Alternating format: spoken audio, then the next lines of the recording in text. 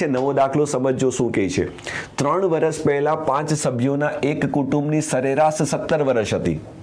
ચલો હવે જોજો બરાબર સમજજો। સભ્ય છે 5, તમારી પાસે સરેરાશ છે 17, તો મારા હિસાબે સરવાળો કેટલો થાય? તો તમે કહેશો સાહેબ 17 પંચા 85 થાય। હવે આ સરવાળો તો આમનો ક્યારે છે ખબર? 3 વર્ષ પહેલાનો સરવાળો છે, બરાબર સમજજો।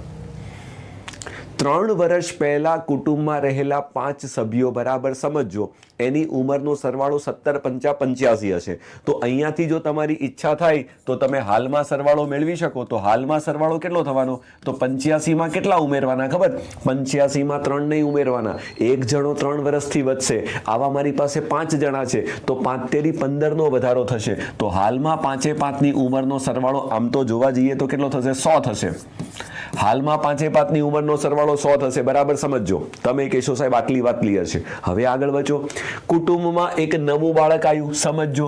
એટલે આ તો કેવું થયું? પહેલા વ્યક્તિ હતા 5, હવે થઈ ગયા 6 જણા થઈ ગયા। તો અત્યારે એક નવું બાળક આવ્યા પછી પણ કુટુંબની સરેરાશ બદલાતી નથી, સમજો, હાલમાં બદલાતી નથી। તો એનો મતલબ અત્યારની સરેરાશ પણ 17 જ છે, પણ આ 17 સરેરાશ કેટલા જણાની છે ખબર? 6 જણાની છે। તો ત્યાંથી તમને પાછો સરવાળો મળે। તો પાછો સરવાળો મળે, કેટલો મળે ખબર? તો 17 ગુણ્યા 6 102 મળશે। તો તમે કહેશો સાહેબ આ બંનેમાં શું ફરક છે? તો આ 100 છે ને એ 5 જણાનો સરવાળો છે, અને આ 102 છે ને એ બાળક સહિત એટલે કે 6 જણાનો સરવાળો છે।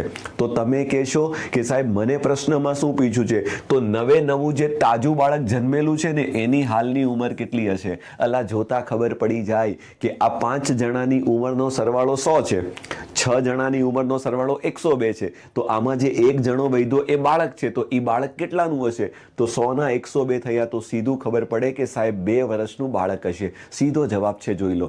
ખૂબ સરસ અને ઇઝી દાખલો છે। આવું બધું એક્ઝામમાં આવશે, સાંભળી લેજો।